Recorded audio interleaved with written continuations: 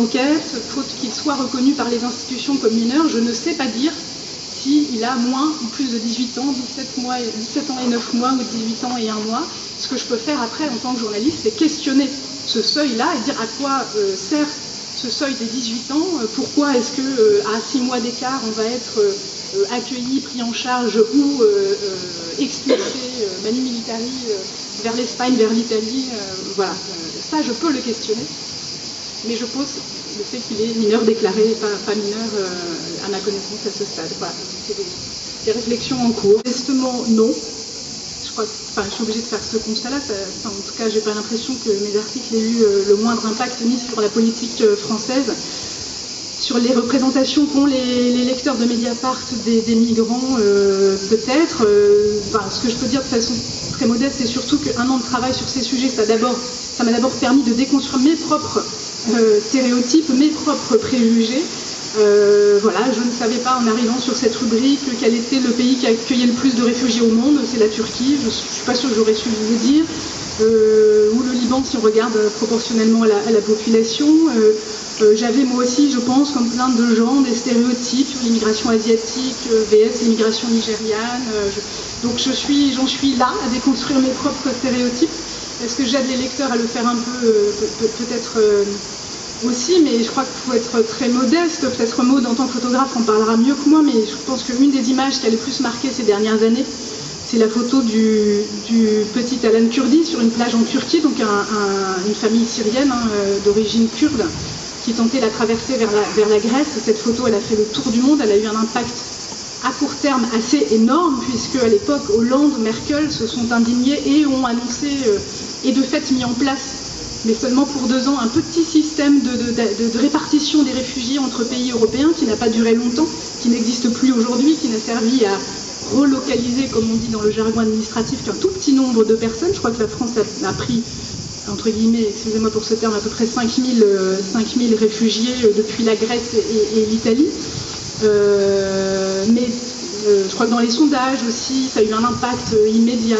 Je crois que SOS Méditerranée a eu un afflux de dons à ce moment-là. Donc cette photo, elle a eu un impact, mais de court terme en fait, puisque depuis, si on regarde politiquement ce qui se passe, c'est une dégradation constante et en accéléré de la situation en Méditerranée, puisque comment dire, il y a moins de morts, là aussi peut-être Maud le dira mieux que moi, mais il y a moins de morts en Méditerranée aujourd'hui entre la Libye et l'Italie, mais le taux de mortalité, puisqu'il faut bien parler comme ça, a augmenté. C'est-à-dire que si on regarde combien d'arrivées en Italie pour combien de morts en mer, le taux a augmenté depuis la fermeture des ports par Matteo Salvini. Politiquement, la principale réponse de l'Union européenne quand même à la situation, c'est, j'en parlais tout à l'heure, et Amnesty le dénonce fortement et dépose des recours en justice, etc. C'est quand même le fait de sous-traiter aux gardes-côtes libyens les sauvetages en mer sur une zone de secours qu'on les a aidés à créer, qui est très très large en Méditerranée et qui revient à rejeter ces migrants dans des centres de détention que l'ONU dénonce. Et l'ONU hier, je crois, ou ce matin ou hier, vient de publier un communiqué pour dire qu'il faut cesser les retours en Libye des migrants dès lors que les ports libyens ne peuvent pas être considérés du point de vue du droit comme des ports sûrs pour eux. Et donc le HCR, des agences onusiennes disent à l'Union européenne qu'il faut cesser de cette collaboration avec les gardes-côtes libyens. Bon, on en est là. Je veux dire, on a un comité de sécurité de l'ONU qui lance des mandats d'arrêt internationaux à l'encontre notamment d'un ancien chef des gardes-côtes libyens. C'était seulement l'été dernier, au motif qu'il est corrompu, qu'il participe au trafic de migrants. Et l'Union européenne, non seulement ne cesse pas sa collaboration avec les gardes-côtes libyens, mais renforce la collaboration. Et Amnesty a fait un recours pour tenter de l'empêcher, mais le ministère de la Défense a annoncé qu'il allait livrer ses cadeaux, c'est nous qui payons, des hors-bords aux gardes-côtes libyens. Enfin, donc est-ce que la photo d'Alan Kurdi a changé la face de la politique européenne en matière migratoire? Malheureusement, non, et pourtant elle a fait le tour du monde. Enfin.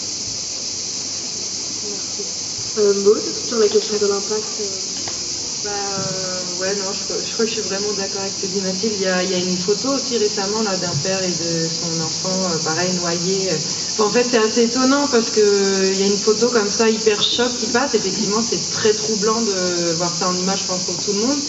Et puis assez vite, voilà, il y a des soulèvements sur le moment, et puis assez vite, dans les esprits, je sais pas, en fait, je me rends pas compte à quel point aussi le surplus d'images fait qu'on est toujours apte, disponible aussi à recevoir en tant que population. Et en plus, quand on voit que son État finalement ne s'engage pas, c'est hyper perturbant parce que oui, nos voisins ils s'engagent pour l'accueil, oui, il y a énormément d'associations, il y a énormément d'individus qui vraiment font quoi pour l'accueil, mais en France aussi, hein, moi je suis surprise et ça me rassure en fait de voir tout ça, mais au niveau de l'État, il n'y a pas de décisions qui sont prises, il n'y a pas de choses mises en place, par exemple pour le sauvetage, pour reparler des sauvetages en Méditerranée, donc en septembre dernier on en a fait ce qui était le dernier voyage de l'Aquarius du coup, sans le savoir, hein, et nos 58 passagers qu'on a mis beaucoup de temps à débarquer, finalement ils ont été, alors les États européens s'étaient mis d'accord pour la France prenez 5 personnes, l'Espagne, pour se dispatcher un peu comme ça les migrants quoi. Et du coup, ce dispatch, en fait, moi je suis restée en contact avec plusieurs personnes qui étaient à bord, ont débarqué.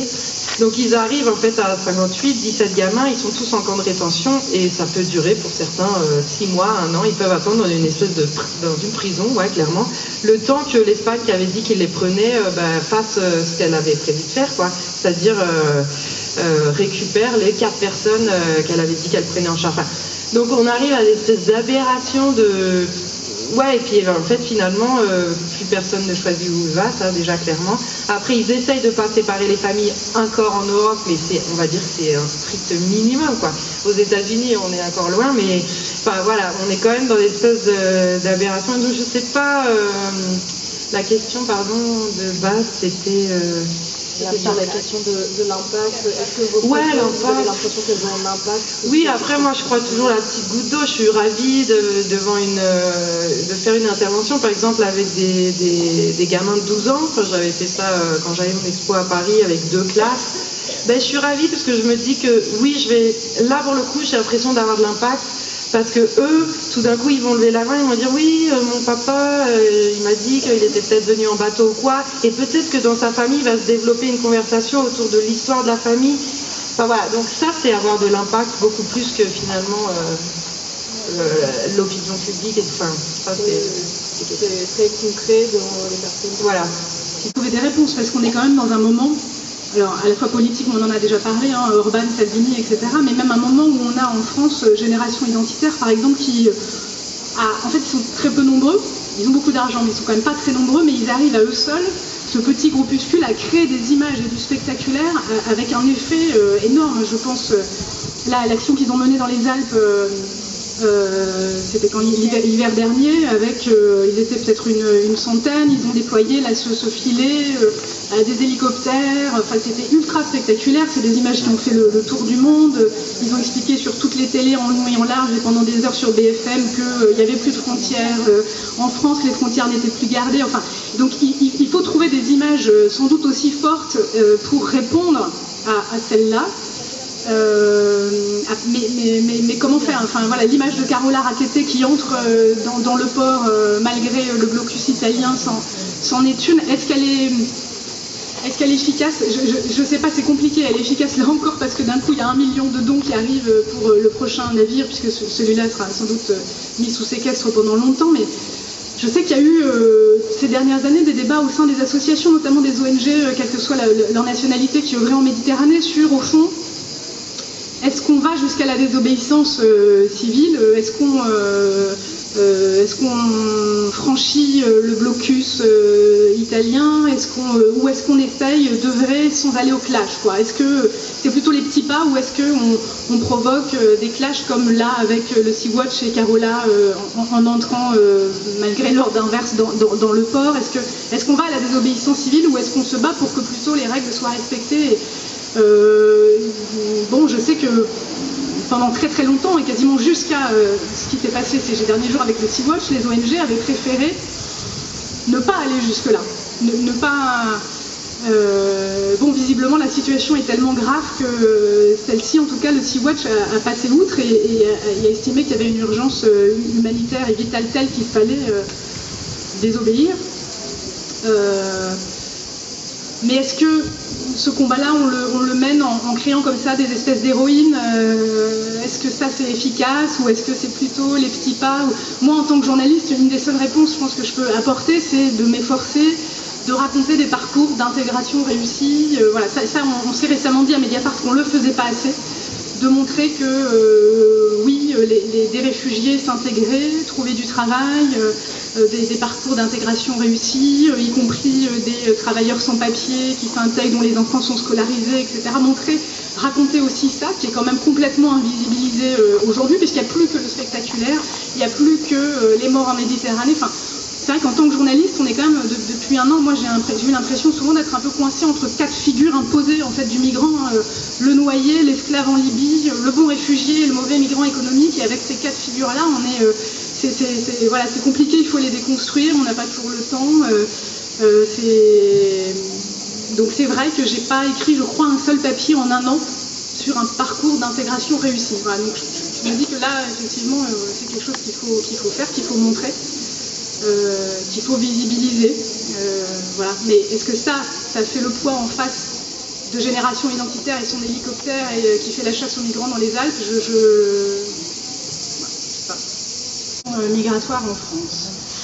Je suis d'accord avec vous sur le fait qu'elle est assez catastrophique et qu'un certain nombre de télé notamment, mais aussi de radio, parce qu'il faut faire de l'audience, du clash, de la polémique, parce que c'est ça qui fait de l'audience, continue à inviter sur des plateaux des personnes qui tiennent des propos racistes ou discriminatoires, qui d'ailleurs ont parfois déjà été condamnés par la justice.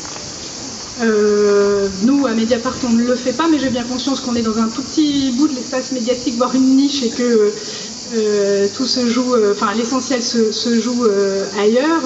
Bon, il y a aussi des sociétés de journalistes qui se sont mobilisées.